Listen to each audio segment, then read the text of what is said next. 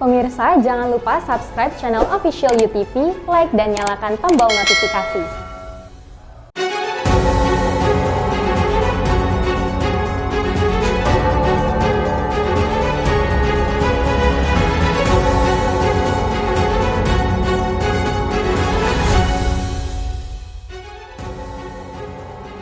36 mahasiswa pecinta alam terjebak di Gunung Amonggedo, Kecamatan Amonggedo, Kabupaten Konawe, Sulawesi Tenggara pada Selasa malam.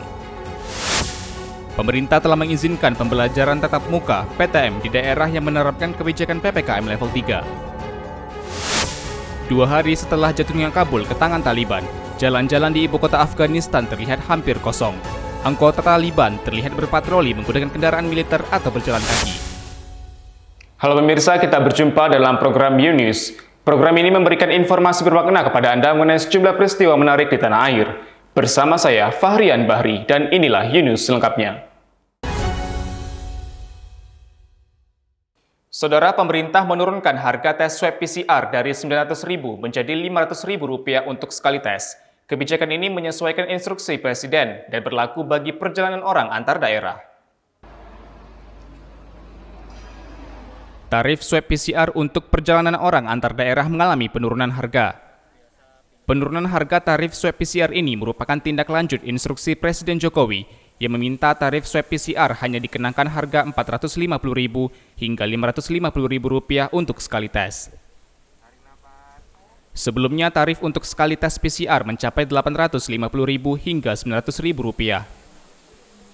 Gubernur Kepulauan Riau, Ansar Ahmad, memastikan Kepulauan Riau ikut menyesuaikan tarif swab PCR. Nanti saya tugaskan Pak Sekda, Dinas Kesehatan untuk segera merealisasikan itu. Ini kan meringankan masyarakat gitu ya. Tapi kita juga mengimbau masyarakat tetap untuk mengurangi mobilitasnya. Karena ternyata angka indeks mobilitas kita di Kepri ini setelah PPKM level 3 dan 4 kemarin jauh menurun sekali. Dan itu salah satu penyebab menurunnya fluktuasi angka pandemi COVID di Kepri. Berarti Pak, masih berlaku ya Pak, perjalanan antara pulau ini menggunakan PCR Pak?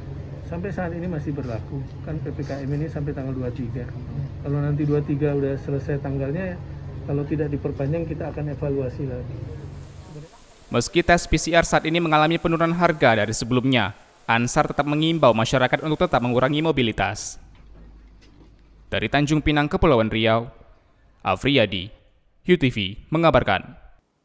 Saudara, usai melakukan pengibaran dan penurunan bendera dalam rangka peringatan HUT RI ke-76 di puncak gunung, 36 mahasiswa pecinta alam terjebak di Gunung Amonggedo, Desa Ulu Benua, Kecamatan Amonggedo, Kabupaten Konawe, Sulawesi Tenggara pada Selasa malam. Basarnas Kendari bersama tim gabungan dari unsur TNI Polri serta masyarakat sekitar berhasil mengevakuasi 36 mahasiswa pecinta alam yang terjebak di puncak Gunung Amonggedo pada Rabu dini hari pukul 1.20 waktu Indonesia Timur. Di tengah cuaca ekstrim serta kondisi lapangan yang sulit, tim Basarnas terus berupaya menembus puncak Gunung Amonggedo, tempat 36 mahasiswa terjebak setelah menggelar upacara pengibaran dan penurunan bendera merah putih. Kepala Basarnas Kendari, Aris Sofingi menyebut, curah hujan yang tinggi dan aliran 3 sungai yang meluap membuat para mahasiswa terjebak dan tak bisa turun dari puncak gunung. Setelah mendapatkan informasi, tim penyelamat dari Basarnas Kendari dan tim gabungan TNI Polri serta masyarakat langsung berangkat untuk memberikan pertolongan dan berhasil mengevakuasi seluruh mahasiswa yang terjebak. Selepas dievakuasi, kondisi para mahasiswa pecinta alam tersebut mengalami lemah dan kedinginan akibat kehabisan logistik serta hujan yang terus mengguyur selama kurang lebih 6 jam. Pada saat ingin turun setelah melaksanakan penurunan bendera pada tanggal 17 itu, mereka terjebak adanya luapan sungai karena mereka untuk bisa mencapai perkampungan terdekat itu harus melewati 3 sungai. Sementara hujan di sekitar Gunung Amonggedo itu cukup tinggi intensitasnya sehingga ketiga sungai tersebut meluap dan mereka tidak bisa kembali ke desa terdekat. Dari Konawe, Sulawesi Tenggara, Kantor Berita Antara, UTV mengabarkan. Pemirsa, pemerintah telah mengizinkan pembelajaran tatap muka PTM di daerah yang menerapkan kebijakan PPKM level 3. Namun belum semua kota melaksanakan hal tersebut, seperti Provinsi Kepulauan Riau yang masih menunda penerapan PTM di seluruh kabupaten kota. Pemerintah Provinsi Kepulauan Riau memastikan wilayahnya belum akan melangsungkan PTM dalam waktu dekat. Rendahnya capaian vaksinasi pada siswa menjadi alasan utama ditundanya PTM di Kepri. Sementara mempercepat vaksinasi anak masih sulit dilakukan, lantaran jumlah stok vaksin Sinovac masih terbatas. Rendahnya capaian vaksinasi pelajar akan menjadi fokus pemerintah daerah agar pembelajaran tatap muka bisa segera dilaksanakan. Gubernur Kepri Ansar Ahmad mendorong semua siswa di Kepri segera divaksin. Hingga Rabu 8 Agustus, capaian vaksinasi pada siswa di Kepri baru mencapai kisaran 40%. Rendahnya capaian vaksinasi siswa salah satunya disebabkan oleh minimnya stok vaksin. Nah sekarang ini problem kita kan baru 40% lebih. Masih banyak sekolah-sekolah, anak sekolah yang belum divaksin. Karena memang vaksin Sinovacnya terbatas. Begitu, maka kita dorong terus minta pemerintah pusat. Karena untuk anak umur 12-17 kan tidak boleh jenis vaksin lain. Sementara itu, masih adanya wilayah di Kepri yang masuk dalam zona merah, membuat pembelajaran tatap muka untuk siswa SMA dan sederajat belum dapat dilaksanakan. Kepala Dinas Pendidikan Provinsi Kepri, Muhammad Dali, mengaku paham keinginan orang tua agar anaknya dapat segera melangsungkan sekolah tatap muka. Namun menurut Dali, terdapat aturan yang membuat belajar tatap muka belum bisa dilakukan hingga saat ini. Ya, manajemen sekolahnya sudah berjalan. Anak-anak butuh proses untuk masuk karena situasi ini sudah sangat lama dalam kondisi zona merah. Kan turun ke level 3 nih. Masih ada satu Kabupaten Karimun yang masih merah. Yang lain menuju terus landai ya. Nanti kalau sudah bagus kita mulai masuk tatap muka. Dari Tanjung Pinang, Kepulauan Riau, Muhammad Khairuddin, UTV mengabarkan. Pemirsa, 2 hari setelah jatuhnya Kabul ke tangan Taliban, jalan-jalan di ibu kota Afghanistan terlihat hampir kosong. Anggota Taliban terlihat berpatroli, menggunakan kendaraan militer atau berjalan kaki di jalan-jalan kota. Aktivitas warga di ibu kota Afghanistan Kabul berangsur normal setelah Taliban pada Selasa 17 Agustus mendesak pegawai pemerintah untuk kembali bekerja. Taliban mendeklarasikan amnesti umum dan mendorong warga untuk tidak ragu kembali ke rutinitas seperti biasa. Mereka juga mendorong kaum perempuan untuk ikut bergabung dengan pemerintahannya. Juru bicara Taliban Zabihullah Mujahid menyatakan, situasi keamanan di Kabul sepenuhnya terkendali dan ketertiban umum telah kembali ditegakkan di kota tersebut. Menurut warga yang tinggal di sekitar bandara pada Senin malam waktu setempat, penerbangan pesawat angkut militer kembali berlanjut dan puluhan penerbangan dilakukan sepanjang malam. Pesawat-pesawat itu mengevakuasi warga asing dan beberapa warga Afghanistan yang bekerja untuk mereka. Dari Afghanistan, Kantor Berita Antara, UTV, mengabarkan. Saudara, keberhasilan kelompok Taliban merebut kota-kota besar di Afghanistan termasuk Istana Presiden di ibu kota Kabul membuat gusar masyarakat internasional, khususnya Perserikatan Bangsa-Bangsa PBB. PBB menyerukan pemimpin dunia bersatu untuk menyikapi krisis kepemimpinan yang terjadi di Afghanistan.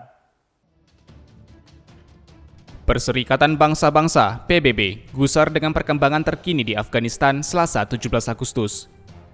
Setelah Taliban menguasai ibu kota Kabul dan Presiden Afghanistan kabur ke Tajikistan, PBB menyerukan dunia internasional perlu bersatu untuk menyikapi krisis kepemimpinan yang terjadi di Afghanistan. Sekretaris Jenderal PBB Antonio Guterres dalam konferensi Selasa 17 Agustus mendesak semua pihak terutama Taliban untuk sepenuhnya menahan diri demi melindungi nyawa dan memastikan kebutuhan kemanusiaan dapat dipenuhi. PBB menyerukan 2 hal kepada para pemimpin dunia. Pertama, mendesak Taliban untuk menghormati dan melindungi hukum kemanusiaan internasional serta hak dan kebebasan setiap orang. Kedua, masyarakat internasional harus bersatu guna memastikan Afghanistan tidak akan pernah lagi digunakan sebagai platform atau tempat yang aman bagi organisasi teroris, terlepas siapa yang memegang kekuasaan di Afghanistan. Dari New York, Amerika Serikat, Kantor Berita Antara, UTV mengabarkan. Pemirsa, harga jual komoditi buah di Tanjung Pinang, Kepulauan Riau tak terpantau pemerintah. Sebagian besar pedagang buah di Tanjung Pinang mengatur sendiri harga jual buah. Kebutuhan masyarakat mengkonsumsi buah-buahan di masa pandemi cukup tinggi. Pedagang buah mengatur sendiri harga jual buah-buahan. Buah yang dijual pedagang berasal dari daerah penghasil seperti jeruk Kalimantan dan Medan. Sebagian buah lainnya seperti apel atau anggur merupakan buah ekspor dari luar negeri. Komoditi buah yang dijual pedagang ini tidak terpantau pemerintah. Berdasarkan data Kementerian Perdagangan, hanya komoditi pangan seperti sayur, mayur, dan sembako yang terdata secara berkala. Sedangkan komoditi buah tidak sama sekali. Salah seorang pedagang buah menduga kenaikan harga buah lantaran sulitnya distribusi kapal buah ke Tanjung Pinang. Menurutnya banyak kapal yang mengalami kesulitan berlayar lantaran banyaknya persyaratan yang harus dipenuhi selama pemberlakuan pembatasan kegiatan masyarakat sehingga harga buah naik. Naik harga. Setelah Covid harga naik lagi. Iya. Kalau untuk buah-buah yang lain gimana harganya, Pak? Sama aja? Sama aja, lebih kurang aja harga. Ya, tapi ada peningkatan harga lah daripada biasa. Penjualan tak bisa naik, malah turun. Ada kenaikan ya karena mungkin transportasi angkutan agak susah sekarang. Khususnya dari Kalimantan kapal tak ada, apalagi PPKM ini kan banyak aturannya. Jadi datangan buah agak tersendat.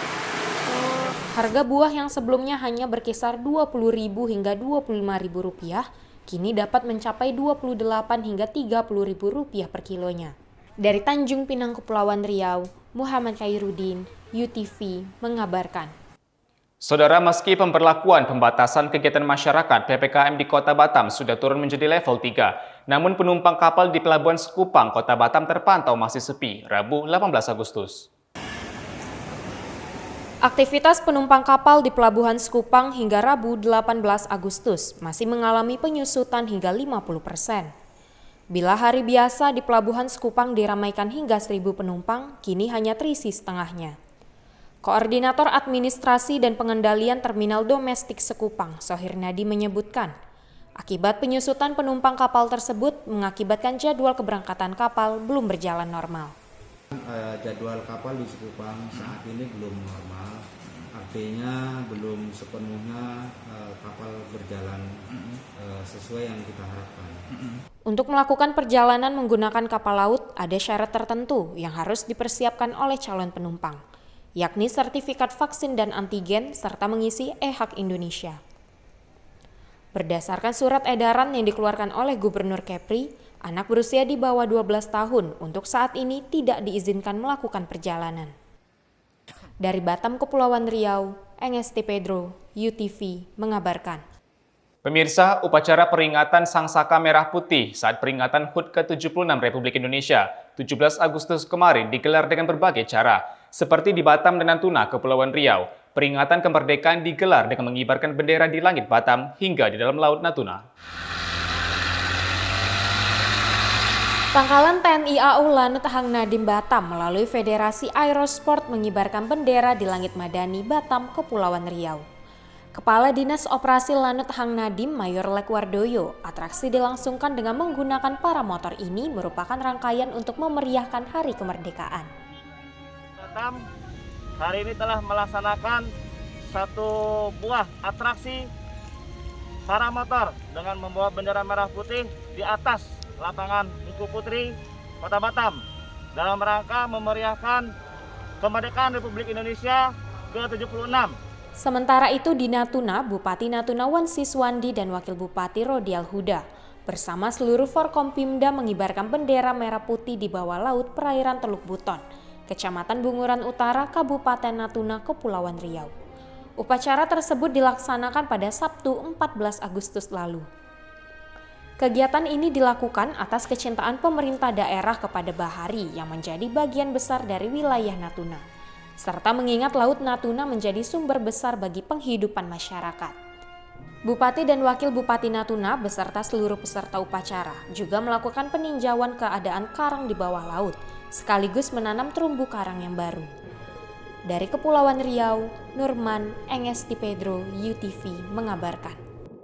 Terima kasih telah menyaksikan informasi yang kami sajikan. Tetap saksikan News selanjutnya. Salam sehat, sampai jumpa.